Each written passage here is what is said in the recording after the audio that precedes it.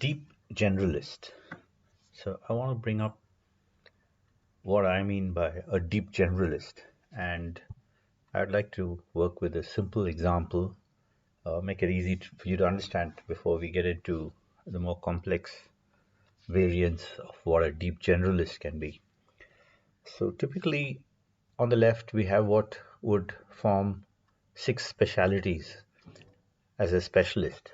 And if I was constructing a house, I would have a designer, I would have a contractor, I would have some masonry work specialist in that, I would have electricians, I might have plumber and carpenter, uh, varying numbers at varying stages. So if I was doing a project management approach to this, over a period of time, I would need multiple electricians, maybe multiple plumbers. They'll come in at different points. The designer would come in first, then a contractor. You get the drift. Now, the specialists are good at what they do. So the carpenter does not do any of the other things, and the electrician does not do any of the other things.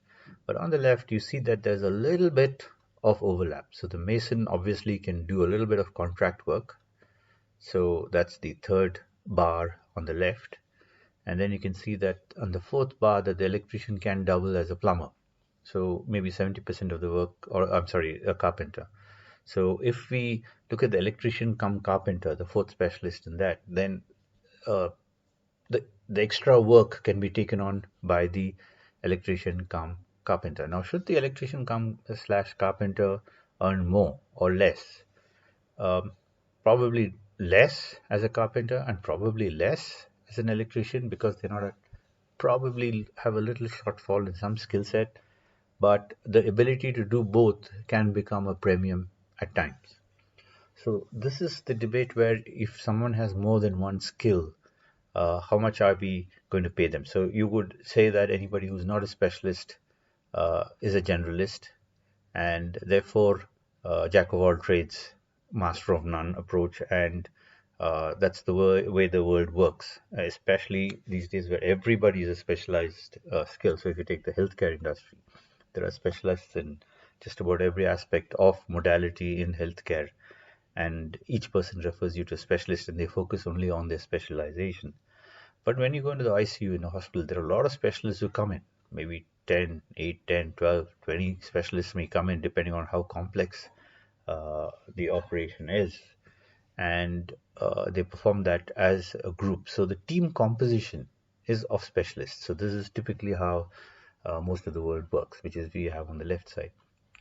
Now on the right side, we call what I would say deep generalist, depending on the complexity. Now this gets extremely complicated when you've got multiple skills. So I mean, the equivalent I would say is in technology, what we call a full stack programmer. A full stack programmer can give you all the 3, 4 layers that may be required uh, for a full stack, a total solution in the full stack space. So uh, they may be more expensive, but they can look at the totality.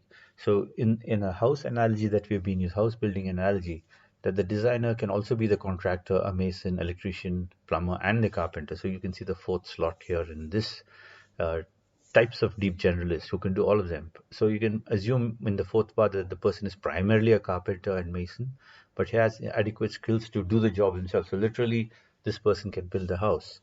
Now, this might not work in physical spaces or when you look at the analogy of a house, but it makes a huge difference in terms of technology and IT, where an entire website may have to be built. So there are at least 6, 8, 10 skills required for a website. But if the one person can manage all those different skills, then obviously you're going to get a far better, more integrated website. There would be compromises, but the moment we get into technology areas, you start finding that deep generalists can contribute, and a deep generalist makes a lot more sense. Now, when we do competency mapping within Klextra, we do bring this, and I'll just show you a single screen of how we map these same concepts within Klextra. Uh, and we have, I'll get into further details in a separate video, but let me just give you a brief overlook on how we do that. So the same concept, we allow 4 major skills as a specialist on the left side. So there's a team member, and they have a single skill up to 4. Up to 4, that means it could be just a single skill, but it allows them to have multiple skills.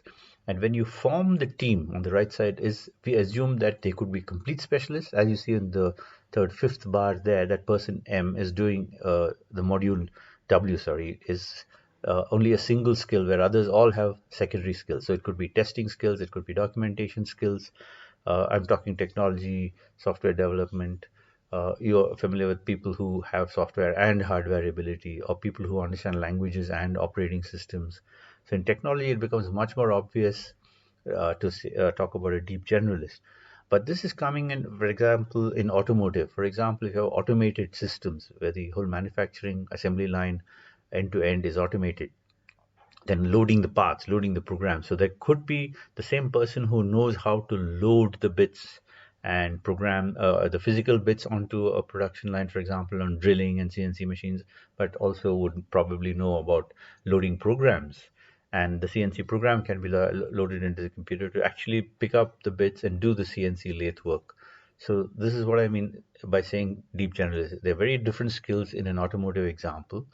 Um, in healthcare as well, if we look at holistic medicine, typically the diet, the internal workings, food, these things are not considered uh, in great depth in allopathy, but a holistic doctor would look at also the effect of certain foods. For example, in chemotherapy and cancer treatment, there is implications of food and diet. So there are doctors who understand that and who have skills to be able to also suggest a diet, but typically we would go to a dietitian to get that.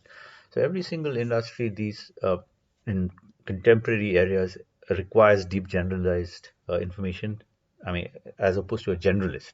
So it's not a jack of all trades. It's they have depth knowledge in two or three or more fields. And this trend also allows they may be paid more, but they're doing more and are able to give you more effective holistic solutions than specialists. So in principle, this is the way deep generalists work. I'll just again touch upon the competency mapping that we have in Klextra for taking this to the next level, because these are all skills and competencies that have to be mapped further. So I'll just show you a couple of screens in which we do that. So the same four skills which we saw earlier can divide into the 26 skills as we saw earlier. This is another map of the same view.